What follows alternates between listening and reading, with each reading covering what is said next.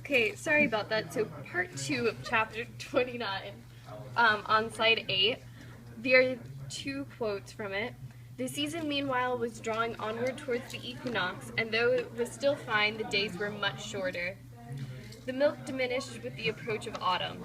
So these 2 lines both play into the whole nature imagery that Hardy has been using as a theme throughout the whole thing, and they're talking about approaching the equinox, meaning the end of the season and the beginning of a new one, and the approach of autumn is obviously a change of season, but we're also looking at much shorter and diminished are shrinking or downwards imagery. So here we have the equinox and the milk illustrated. And so I think, as we've seen with some of the other nature imagery, these could predict that maybe the time is running out for Tess and Angel and their love, and that it might end soon.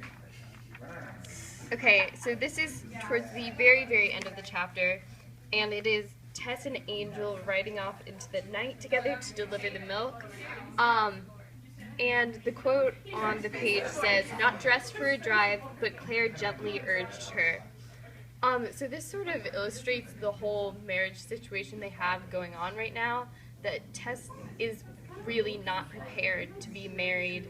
She's not emotionally ready, but Claire keeps gently urging her to say yes. And then this is just a chart of Tess's resistance to Angel, and the prediction that I think this chart leads to shows that it's probably going to be a yes to the proposal. So when she first hears the story of Jack Dollop and his lover, she feels more unsure, and then Angel attempts to propose again, and she says no and resists, and then on the release she feels less certain, so that spikes it even more, but when he starts to woo her, it goes down, and when he calls her flirt, it sort of slightly goes back up.